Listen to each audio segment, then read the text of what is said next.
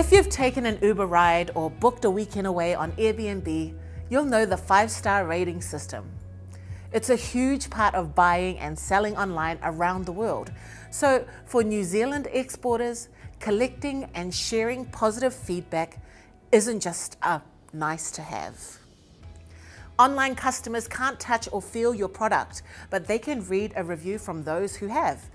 More than 75% of online shoppers actually rely on feedback when they're making purchases, and it makes sense.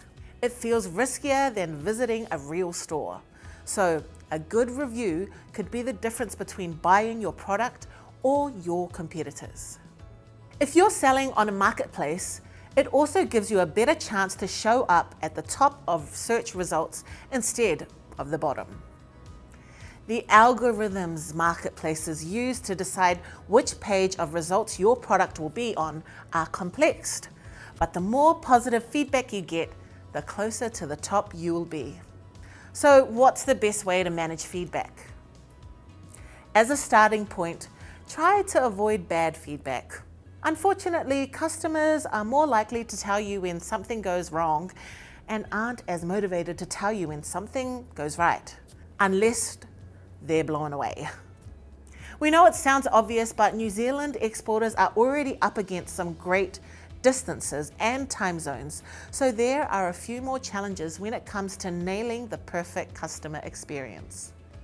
To reduce negative feedback, check to see that your products are meeting expectations. It's one of the most common reasons for a bad review. Maybe your product isn't exactly how it's described online, or the description is a bit light on details. One Kiwi company made it clear that their fabric is a natural fibre and the product could vary in colour from the photo, so there weren't any surprises when the customer unwrapped it. If you do get negative feedback, try to respond as quickly as you can. Depending on how you reply, you may even be able to turn your customer's experience around. If it's unwarranted or linked to the marketplaces, fulfillment rather than an issue on your end, you can apply to have it removed. Check the T's and C's of the marketplace to see what reasons would be valid. Responding to queries quickly also helps with marketplace algorithms and how customers rate you. 24 hours is a standard turnaround time, and not responding in time puts you in danger of sinking lower in search rankings. Time zones make it a bit tricky for us in New Zealand, but as long as you stick to the 24-hour rule and set up automatic reply within your contact details, you're ticking the right boxes. If it's just you running the business, you could set a time each day to go through queries, or if you've got a team, it's a good idea to make it clear that it is part of someone's role so nothing falls through the cracks. What about positive feedback? Positive feedback is gold. It's what shoppers look at when weighing up whether to buy from you or someone else.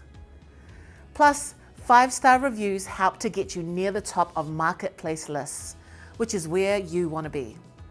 The catch is, positive feedback is harder to come by, so we need to encourage customers to tell us about a good experience.